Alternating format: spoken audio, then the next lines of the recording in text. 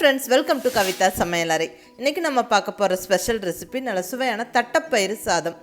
இது எங்க ஊர் ஸ்டைல், எங்க கொங்குநாட்டு ஸ்டைல் ஸ்பெஷல் ரெசிபிங்க. இங்க அரிசியும் பருப்பு சாதம், இந்த மாதிரி பயிறு அரிசி எல்லாம் ஒண்ணா சேர்த்து செய்யற சாதம் வெரைட்டிஸ் எல்லாம் ரொம்ப ஃபேமஸ். டக்குன்னு செய்யக்கூடிய ஒரு ஒன் பார்ட் மீல். நம்ம குயிக்காக ஏதாவது ஒரு லஞ்ச் பண்ணணும், இல்லை ஒரு லஞ்ச் பாக்ஸுக்கு ப்ரிப்பேர் பண்ணணும் அப்படிங்கும்போது இது ரொம்ப நல்ல ஒரு ஈஸியான ரெசிபி. நம்ம சட்டுன்னு செஞ்சிடலாம், ரொம்ப நல்ல டேஸ்ட்டாகவும் இருக்கும். அதுவும் இந்த முழு பயிர் வகைகள் அடிக்கடி சாப்பிட்றது ரொம்ப நல்லது. நல்லா நிறைய ப்ரோட்டீன் இருக்குது, அதே சமயம் அந்த மேலே ஃபைபர் அந்த தோலோடு சாப்பிட்றதுனால ரொம்ப நல்லது. ஸோ இன்றைக்கி நல்ல சுவையான தட்டப்பயிறு சாதம் எப்படி பண்ணுறதுன்னு பார்க்கலாங்க.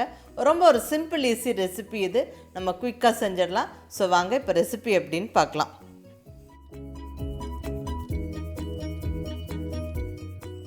இப்போ இங்கே தட்டப்பயிறு சாதம் செய்ய தேவையான பொருட்கள் எல்லாம் எடுத்து வச்சாச்சு. ஸோ அது என்னென்னு பார்த்துடலாங்க. இங்கே நான் ஒரு கப்பு ரைஸ், அதாவது கிட்டத்தட்ட ஒரு 200 கிராம் ரைஸ் எடுத்துருக்கிறேன்.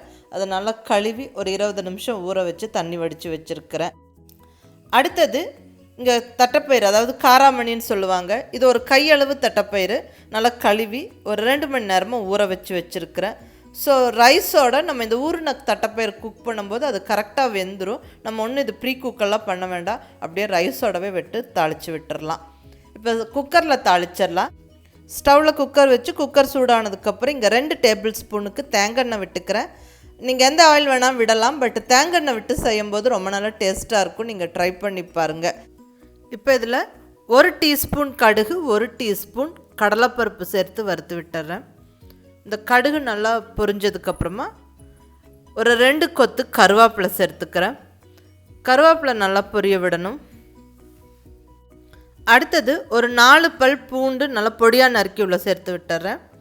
அடுத்தது 1 பச்சை மிளகாய் நீளமாக கட் பண்ணி சேர்த்துக்கிறேன். அடுத்தது 2 வரமிளகாய் உடச்சி உள்ள சேர்த்து விட்டுறேன். ஸோ இதெல்லாம் கொஞ்சம் வதக்கி விட்டுறலாம்.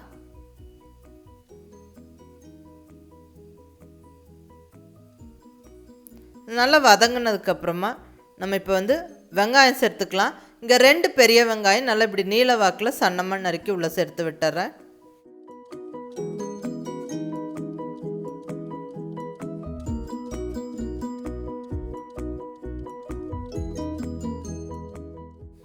வெங்காயம் நல்லா கலர் மாதிரி வர வரைக்கும் நல்லா வதக்கி விட்டுறலாம்.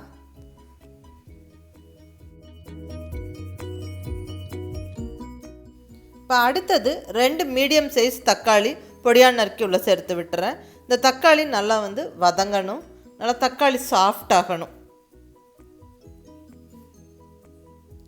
இப்போ இதில் ஒரு சின்ன ஸ்பூன் அளவுக்கு மஞ்சள் தூள், அடுத்தது 1 ஸ்பூன் உப்பு சேர்த்து விட்டுறேன். ஸோ உப்பு சேர்த்து நம்ம தக்காளி வதக்கும் போது அது சீக்கிரமாக ஜூஸியாக வதங்கிடும். ஸோ பாருங்கள், நல்லா மசிஞ்சு வெந்துருச்சு தக்காளி. இப்போ அடுத்தது 1 டீஸ்பூன் சாம்பார் பொடி. சாம்பார் பொடியோட ரெசிபி ஏற்கனவே அப்லோட் பண்ணியாச்சு. ஸோ வேணுங்கிறவங்க கீழே டிஸ்கிரிப்ஷனில் லிங்க் இருக்குது, நீங்கள் பார்த்துக்கலாம். ஸோ சாம்பார் தூள் சேர்த்து நல்லா வதக்கி விட்டுட்டு இப்போ அடுத்தது நம்ம ஊற வச்சு வச்சுருக்கிற தட்டைப்பயிறு காராமணி சேர்த்து விட்டுறலாம். நல்லா எல்லாம் ஒரு வாட்டி கலந்து விட்டுட்டு நம்ம அடுத்தது தண்ணி சேர்த்துக்கலாம். இங்கே நான் 1 கப்பு பொன்னி அரிசி எடுத்திருக்கேன். நான் வீட்டில் சாதாரணமாக யூஸ் பண்ணுற அரிசி. ஸோ 1 கப்பு ரைஸுக்கு நான் யூஸ்வலி 2.5 கப்பு தண்ணி வைப்பேன். ஸோ அதே அளவுக்கு இங்கே தண்ணி வச்சுக்கிறேன். ஸோ நம்ம நார்மலாக ரைஸுக்கு எவ்வளோ தண்ணி வைப்போமோ அது வச்சு விட்டுறலாம். ஸோ 1 கப்பு ரைஸுக்கு 2.5 கப்பு தண்ணி விட்டு நல்லா கலந்தாச்சு. இப்போ நம்ம அந்த தண்ணி கொதிக்கிறதுக்கு விட்டுட்டு அதுக்கப்புறமா ரைஸ் சேர்த்துக்கலாம். ஸோ தண்ணி இப்போ இங்கே கொதிச்சாச்சு. இப்போ நம்ம ரைஸை சேர்த்து விட்டுறலாம். ஸோ 1 கப்பு ரைஸ் இங்கே கழுவி ஊற வச்சு வச்சுருந்த ரைஸை சேர்த்து விட்டுறேன். நல்லா ஒரு வாட்டி எல்லாம் கலந்து விட்டுட்டு ஒரு கைப்பிடி அளவுக்கு நல்லா பொடியாக நறுக்குன்னு கொத்தமல்லி இலை சேர்த்து விட்டுடலாம். நல்ல வாசனையாக சாதம் சூப்பராக இருக்கும் கொத்தமல்லி இலை நிறையா சேர்க்கும்போது. அடுத்தது உப்பு நம்ம முதல்ல 1 ஸ்பூன் ஆட் பண்ணியிருக்கிறோம், பட் ரைஸ் சேர்த்ததுக்கப்புறம் பத்தாது. ஸோ கொஞ்சம் உப்பு சேர்த்து விட்டு நல்லா கலந்து விட்டு நல்லா ஒரு கொதி வந்ததுக்கப்புறம் நல்லா கிளறி உப்பெல்லாம் செக் பண்ணிவிட்டு நம்ம குக்கரை லெட்டு வச்சு க்ளோஸ் பண்ணி ஒரு 2 விசிலுக்கு குக் பண்ணலாம்.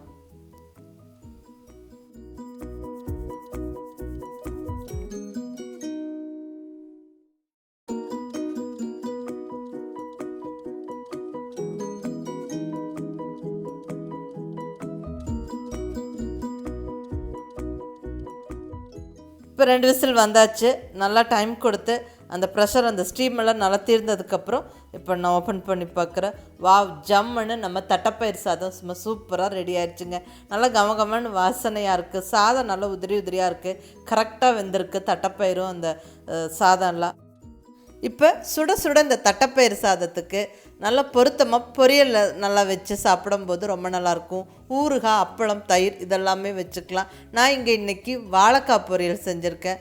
ஸோ ரொம்ப நல்லா இந்த அருமையான தட்டைப்பயிறு சாதத்துக்கு வாழைக்காய் பொரியல் ரொம்ப நல்லா பொருத்தமாக இருந்தது. ஸோ நீங்களும் ட்ரை பண்ணி பாருங்கள். இந்த அருமையான தட்டைப்பயிறு சாதம் ட்ரை பண்ணி பார்த்துட்டு எப்படி இருந்துச்சுன்னு உங்கள் ஃபீட்பேக் சொல்லுங்கள். பிடிச்சிருந்தால் லைக் பண்ணி, ஷேர் பண்ணி, கமெண்ட் பண்ணுங்கள். கவிதா சமையலறை சப்ஸ்கிரைப் பண்ணி மற்ற ரெசிபிஸும் வீடியோஸும் பாருங்கள். தேங்க்யூ.